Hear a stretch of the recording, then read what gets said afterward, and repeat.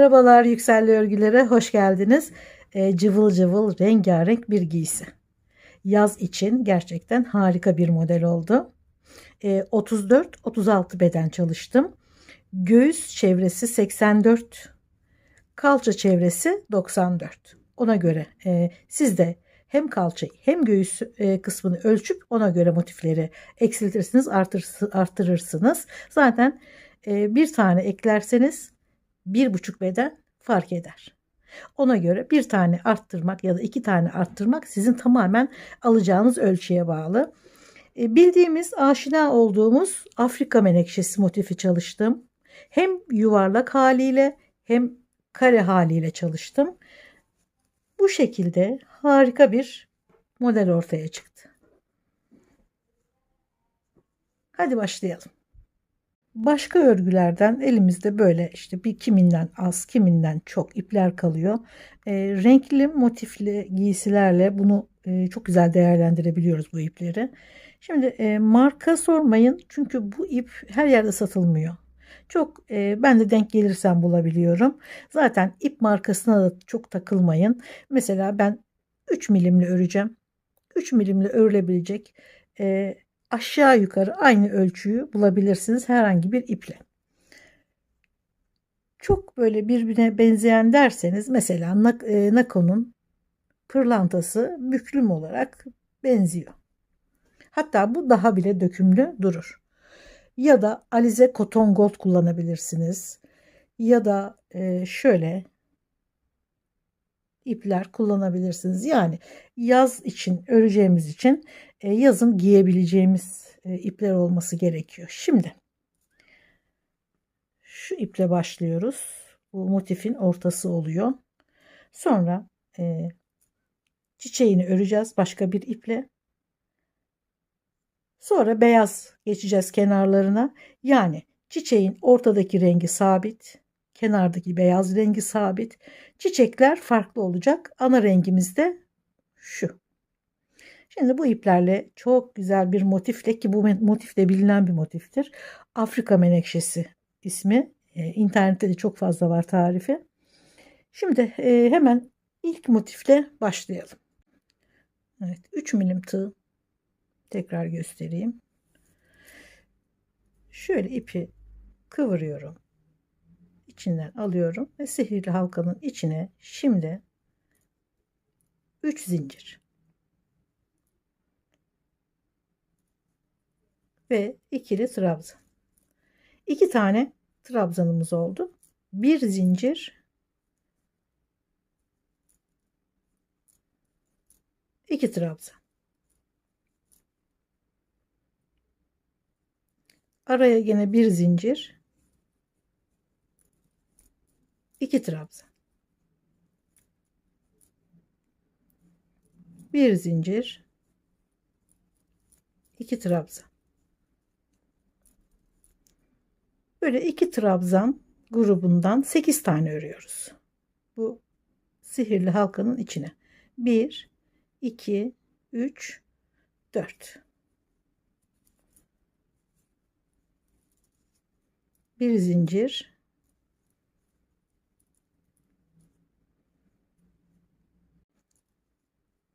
8 tane ikili grup trabzanımı ördüm. Şimdi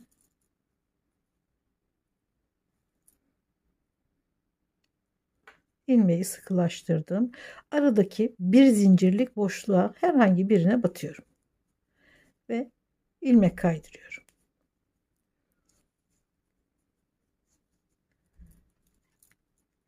Üç zincir, aynı boşluğun içine trabzan. Bir zincir, aynı boşluğun içine 2 trabzan daha.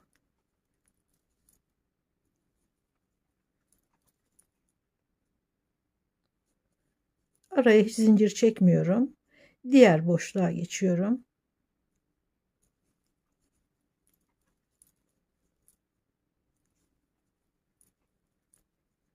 İki trabzan, bir zincir, 2 trabzan.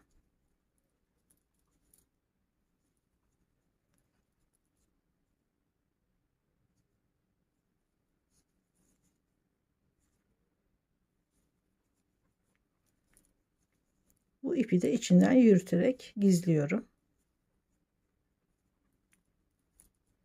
2 trabzan, 1 zincir, 2 trabzan.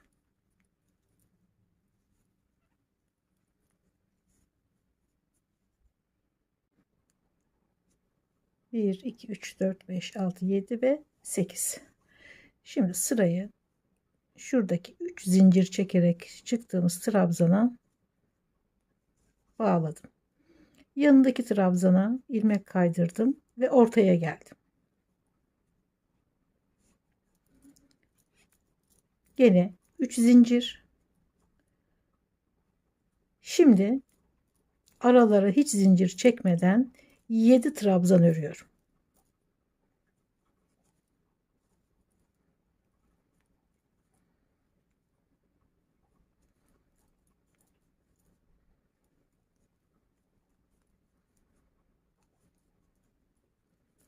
Yedi trabzan. Şuradaki boşluğa geçiyorum. Hiç zincir çekmeden. Oraya da 7 trabzan.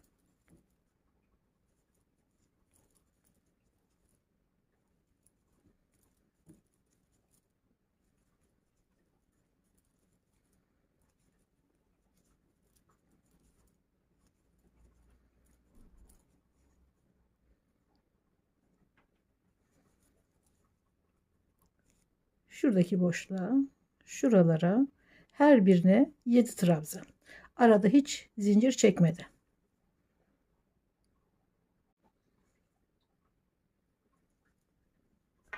Şimdi beyaz ipe geçiyorum.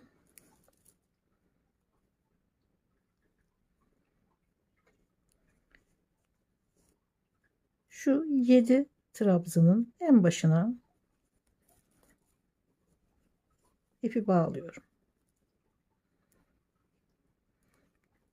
Bir zincir çekip oraya bir sık iğne örüyorum. Sonra devam ediyorum. Diğer trabzanlara da her birine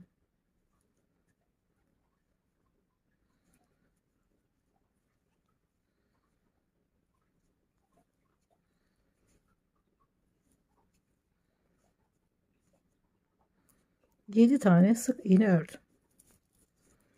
Şimdi şuradaki boşluğa geçiyorum. Alttaki sıranın boşluğuna geçip uzatıyorum. Gene bir sık iğne. Ama uzatarak. Çok hafif, çok değil. Bu çiçeğin görünümünü bozmayacak. Çok hafif uzatarak bir sık iğne. Sonra devam ediyorum. Gene 7 tane trabzanın üzerine 7 tane sık iğne.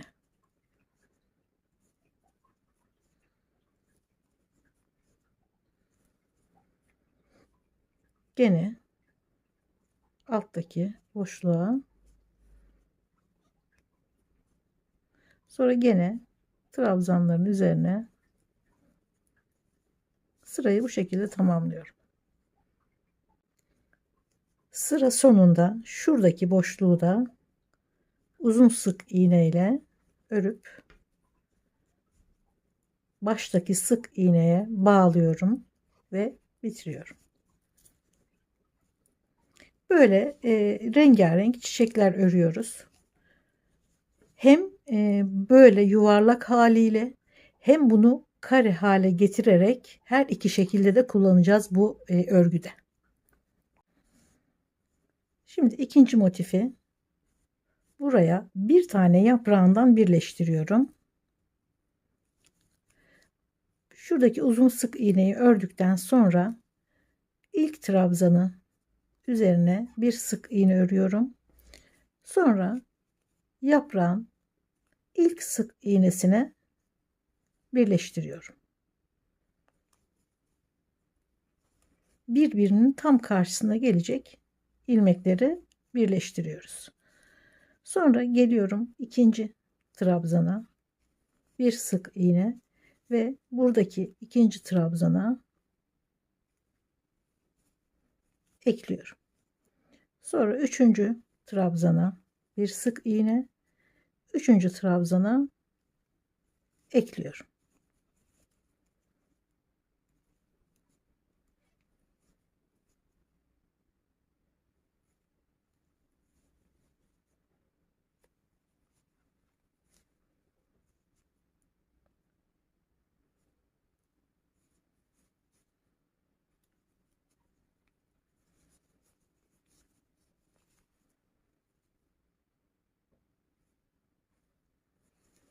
son trabzana ve son trabzana, sık iğneye, tabii ki trabzon sık iğne karışabiliyor. Karşısına ekledikten sonra sıkıştırıyorum. Bu şekilde ekliyoruz. Ve ipi koparıyorum. Bu şekilde, ama eklemeyi şöyle yapıyoruz. Üçüncüyü eklerken daha belli olacak. Bir tarafta 1 2 3 4 1 2 3 4 yaprağı aşağıda bırakıyoruz. Bunlar boşta kalacak. Eteğin ucuna ve bluzun ucuna bu şekilde yerleştireceğiz motifleri. Dilim dilim olacak. Üstten sadece 2 tane çiçek noktasından şu şekilde buradan ana rengiyle geçerek toparlayacağız. Şerit haline getireceğiz motifleri.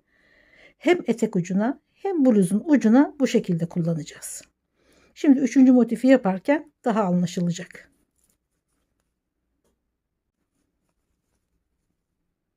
Uzun sık iğneyi örerek devam ediyorum ve sık iğneleri bitiriyorum bu şekilde.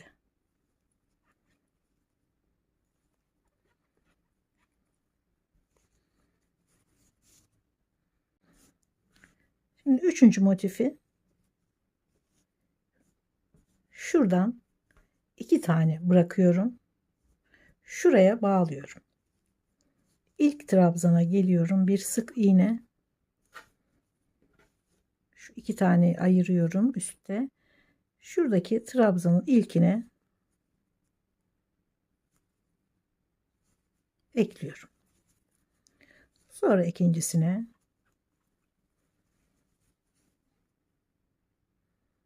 az önce bunu eklerken aynısını buraya da örüyoruz.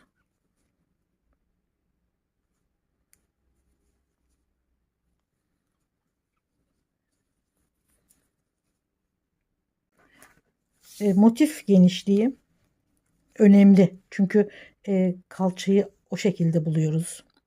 Tam 10,5 santim. Ve 9 tane motif 94 santim kalça için yeterli oldu. Şu kısım zaten tam kalçaya gelmiyor. Etek kısmına geliyor. Yukarıda bulunan motifler kare. Yani aynı motifin etek ucunda yuvarlak, bir üstünde de kare halini kullanacağız. Şimdi bu motifi kare haline getirip üst kısma devam edeceğiz. Tam 47 santim. Bu ölçü benim öreceğim kişinin kalça ölçüsüne göre tamamdır. Hemen başka bir motifte gene aynı şekilde örüyoruz. Beyaz sık iğne sırasına kadar aynı örüyoruz. Sonrasında kare hale getiriyoruz. Şimdi eteğin üst kısmında ve bluzun üst kısmında kullanacağım, hani ana renk diyelim, ona geçiyorum ve şurada gördüğünüz uzun sık iğnenin içine şöyle sabitliyorum. 1 2 3 4 zincir çekiyorum. Yanındaki şu 7 ilmeğin, sık iğnenin ilkine, ipi de şuradan tutalım, içinde kalsın. İlkine ikili trabzan. İkincisine yarım trabzan, bir kere alıyoruz üstüne dolayarak ve bir kere çıkıyoruz. Sonra sık iğne. Bu köşenin, yani 4 tane köşenin ilkinin yarısını ördük. Şöyle görünüyor zaten. Buradaki şurayı hiç köşe haline getirmiyoruz. Düz örerek geçiyorum. Her birine bir sık iğne.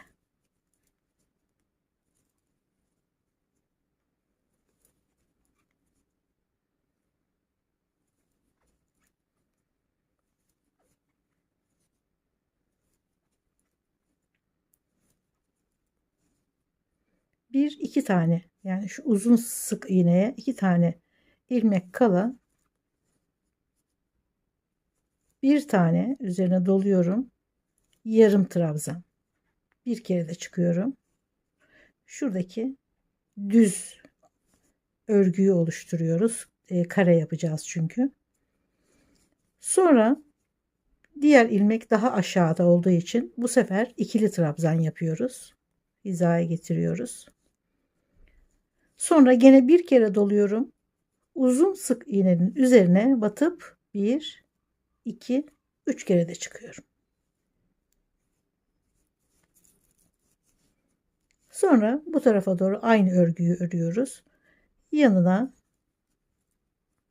2 kere de çıkıyorum. İkili trabzan. Sonra doluyorum ve bir kere de çıkıyorum. Yarım trabzan. Sonra sık iğne.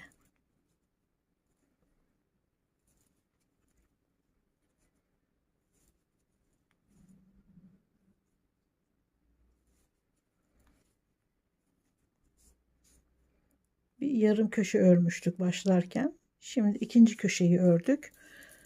Burayı gene düz geçiyorum. 2 tane sık iğne kala şu uzun sık iğnenin yanına hemen doluyorum. Bir kere de çıkıyorum. Yani yarım trabzan. Sonra yanındakine ikili trabzan. Yine bir kere doluyorum. Uzun sık iğnenin üzerine 1, 2, üçlü trabzan. Devam ediyorum. Hemen yanına ikili trabzan, yarım trabzan ve sık iğne. Yine burayı düz geçiyoruz. Köşeler oluşuyor.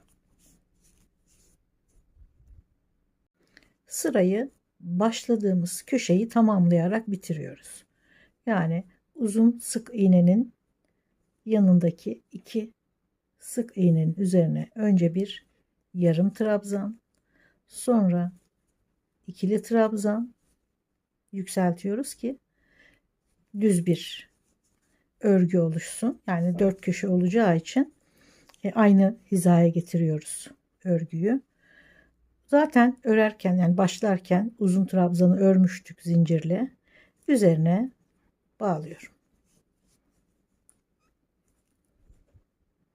Tekrar beyaz ipi alıyorum. Ortadaki uzun trabzanın 3 kere de çıktığımız uzun trabzanın üzerine bağlıyorum. Bir zincir ve bir sık iğne. Bir tane daha aynı ilmeğin içine 2 tane sık iğne.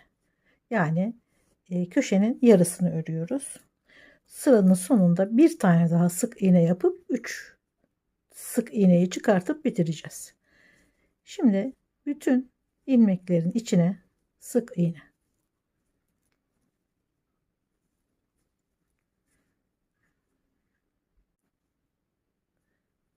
Gene uzun trabzanın üstüne bir tane ördüm. 2 ve bir tane daha 3 sık iğne örüyoruz. Aynı ilmeğin içine uzun trabzanın içine 3 tane sık iğne ve devam ediyorum.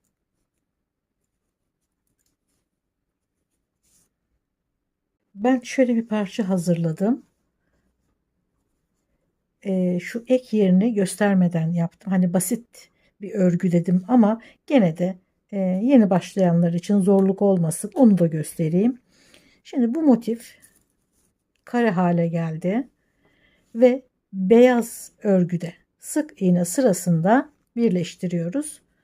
Şimdi tam şu uzun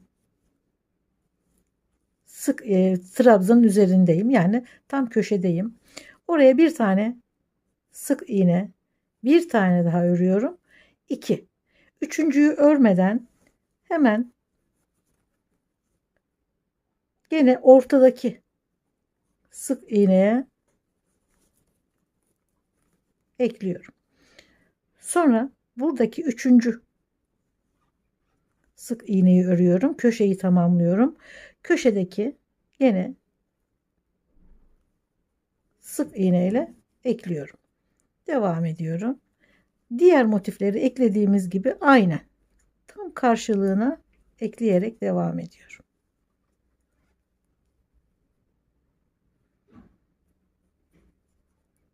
Yanındakine bir sık iğne ve tam karşılığındaki ilmeğe ekliyorum.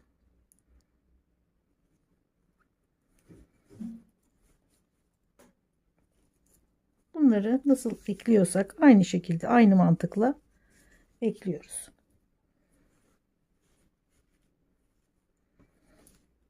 Şimdi bu kare motiflerin altına bu ördüğümüz geliyor. Şunu tabii üzerine örgü yapacağız şimdi. Bunun da iki yaprak olan kısmını şöyle kare yapacağız ve şuraya monte edeceğiz onları örerek. Bu eteğin etek ucu biraz yukarısı ve kalçadan bele kadar olan yeri gene şu renkle devam edeceğim.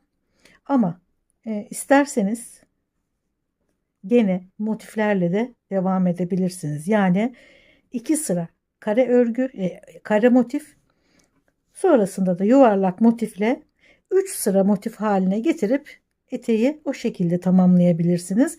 Üzerine de birkaç sıra ana renkten trabzanlar örerek yeterli olur diye düşünüyorum. Ama ben sadece kare ve yuvarlak 2 sıra motifle örüyorum bu örgüyü. Şimdi bu iki parçayı birbirine birleştirmek için önce bu yuvarlak motifleri şu iki yaprak üzerinden kare hale getiriyoruz ki buradaki düz örgüye ve ilmek sayısına ulaşalım. Aynı burada ördüğüm gibi bu renkle önce hem buraları yüksek trabzanlarla aynı hizaya getiriyoruz. Sonra beyaz iple sık iğne geçerken birbirine ekliyoruz. Şu kısımda şuradaki ilmek sayısını yakalıyoruz. O yüzden de çok rahat bir şekilde aynı ilmek sayısında olacakları için birbirine eklemek çok kolay olacak. Şimdi hemen ana renkle, yani şu renkle şuradaki alçak olan kısımları da yükselterek örgüyü kare hale getiriyoruz şu kısmı. Buralar gene aynı bu şekilde kalıyor. Buraya başka bir örgü koymayı düşünmüyorum. Hemen ilmeği sıkıştırıyorum. Bir ilmek oluşturuyorum ve herhangi bir ek yerinden, şöyle ek yerinden ipi bağlıyorum.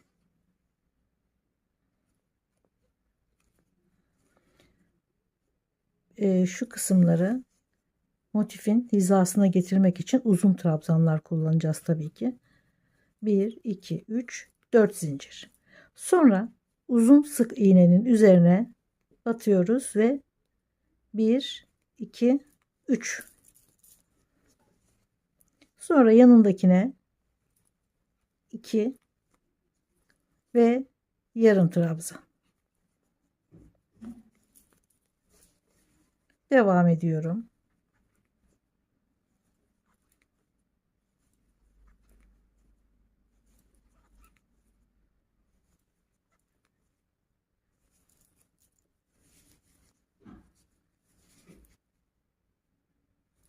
Buraları düz devam ediyoruz.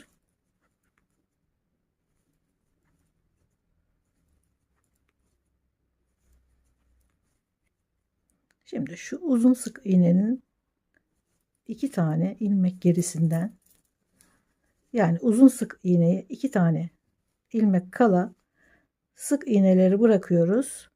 Hemen bir tane yarım, bir tane ikili, sonra uzun trabzanın üzerine 1, 2, 3, ek yerinin ortasına 1, 2, 3, sonra gene diğer motifteki sık iğnenin, uzun sık iğnenin üzerine 1, 2, 3. Yani şuradaki uzun sık iğnenin ve ortadaki ek yerinin üzerine gelen ilmeklere üçlü trabzan yapıyoruz bir kere dolayarak. Sonra ikili trabzan ve sık iğne.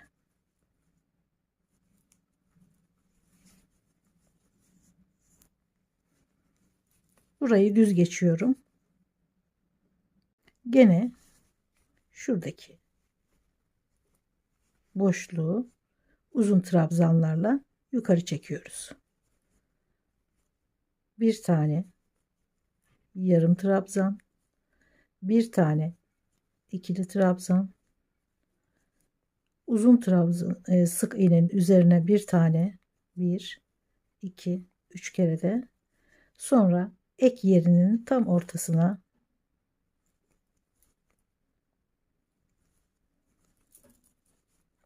bir, iki, üç,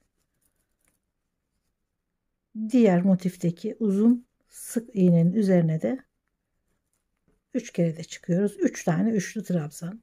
Sonra gene devam ediyoruz. İkili yarım trabzan ve sık iğne. Burayı da düz geçiyoruz. Şurada bir işlem yapmıyoruz. Sadece ek yerlerin üzerlerine yukarı çekiyoruz ilmekleri.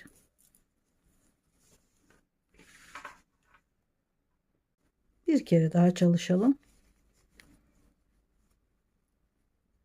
Doluyorum. Bir kere de çıkıyorum. Yarım trabzan. 2 kere de ikili trabzan. Sonra uzun sık iğnenin üzerine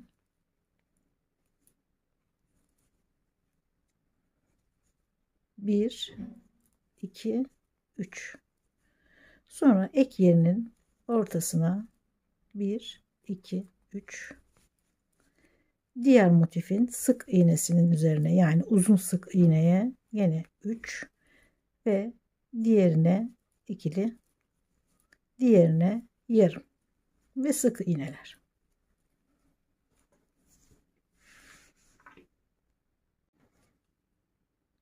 Örgüyü bu şekilde tamamladım. Şimdi renkleri de birbirine uyacak şekilde hemen bir ilmek sıkılaştıralım. Şöyle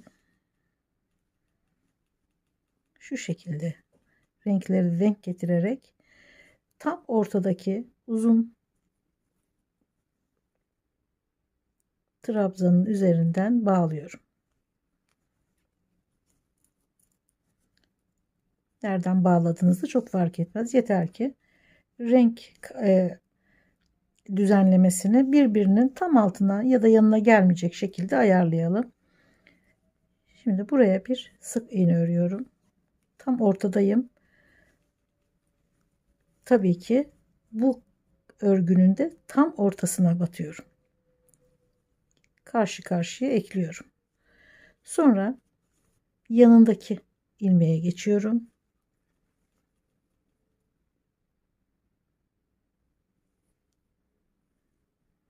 Karşısına denk gelen ilmeğe ekliyorum. Yanındakine bir sık iğne ve diğer ilmeğe ekliyorum.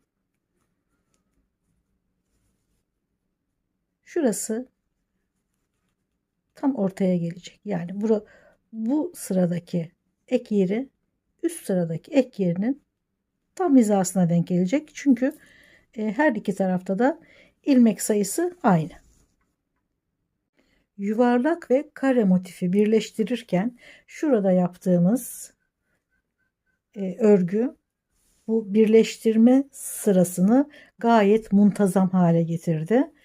Çünkü ilmekler eşitlendi. Biraz uğraştırdı ama sanırım finalinde güzel bir modelle karşılaşacağız. Evet, ben eteği bitirdim. Üzerindeki sadece ikili trabzan. Çok basit. Şimdi anlatacağım. Önce yuvarlak motifleri çalıştım. Sonra kare hale getirdim. Sonra yuvarlak motiflerin yarısını kare hale getirip ilmek sayılarını eşitleyip ekledim. Sonrasında herhangi bir ek yerinden, şurası başlama ve bitme yeri sıraların, ek yerine 3 zincir, bu bir trabzan oldu. Sonra her sık iğnenin üzerine bir tane ikili trabzan ördüm. Şöyle yakından göstereyim. Bu şekilde devam ettim. Sıra sonunda başladığım noktada 3 zincirin üzerine bağladım sırayı. Tekrar 3 zincir çekip ikinci sıraya başladım. Ve 13 sıra trabzan ördüm. En son bir sırada sık iğne ördüm. Belli toparlasın istedim. Hatta 2-3 sıra bile örebilirsiniz. Sonra bir kordon yaptım. Çok basit. Ve uçlarında ahşap boncuk var. Tabi siz bunu istediğiniz şekilde örebilirsiniz. Boncuk takın, takmayın. Zevkinize göre. Evet, etek bu haliyle gayet şık, gayet kullanışlı. İçi de tertemiz. Şimdi ben bluzu da bitirdim. Onu da hemen göstereyim. Bluzda sadece yuvarlak motifler var. Gene etekte yaptığım gibi bunu ana rengiyle yapmıştık. Kare hale getirmiştim. Burada beyaz iple çalıştım. Yani beyaz sık iğnelerin üzerine gene beyazla çalışarak burayı kare hale getirdim. Aynı işlem buradaki gibi. Ve üzerine az önce anlattığım gibi eteğin üstünü çalışır gibi aynen bluzu da o şekilde çalıştım.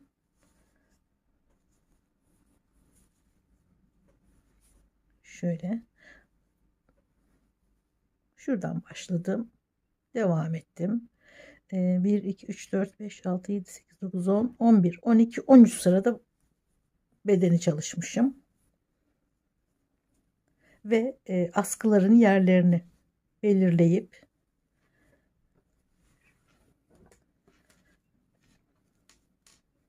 şöyle arkasını çapraz çalıştım. Şöyle.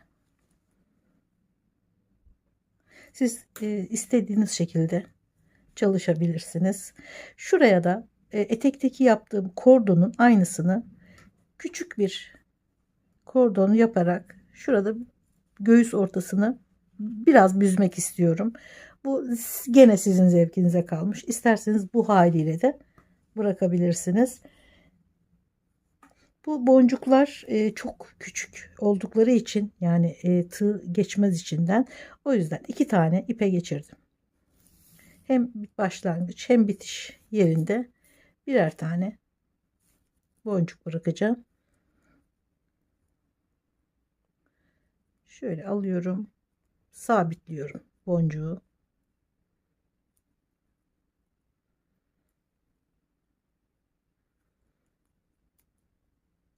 Sonra üzerine istediğim ölçüde zincir çekiyorum. Siz bele takacağınız kordonu da istediğiniz ölçüde kendi bedeninize göre, ben 250-260 kadar zincir çektim. Tabi bu elden ele değişir. O yüzden ölçerek yaparsınız. Küçük bir parça yapacağım.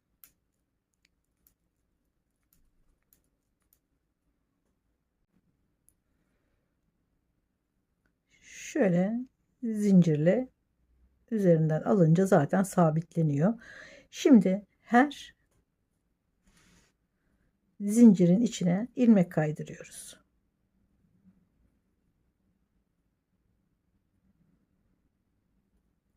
Sık iğne örerseniz biraz kalın düşüyor örgü kordon için. O yüzden hem ince oluyor hem daha sıkı oluyor. Böyle ilmek kaydırarak örersiniz.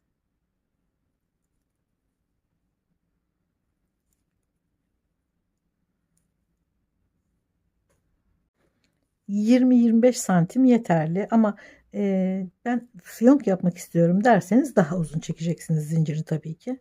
Şimdi şurası ortası, buradan şöyle alıyorum ve içinden geçirerek şöyle dışarı ve içeri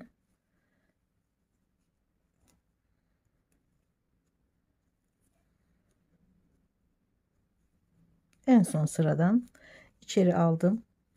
Sonra tek seferde başladığım noktadan çıkartıyorum. Sonra büzüyorum biraz. Çok az. Bağlıyorum.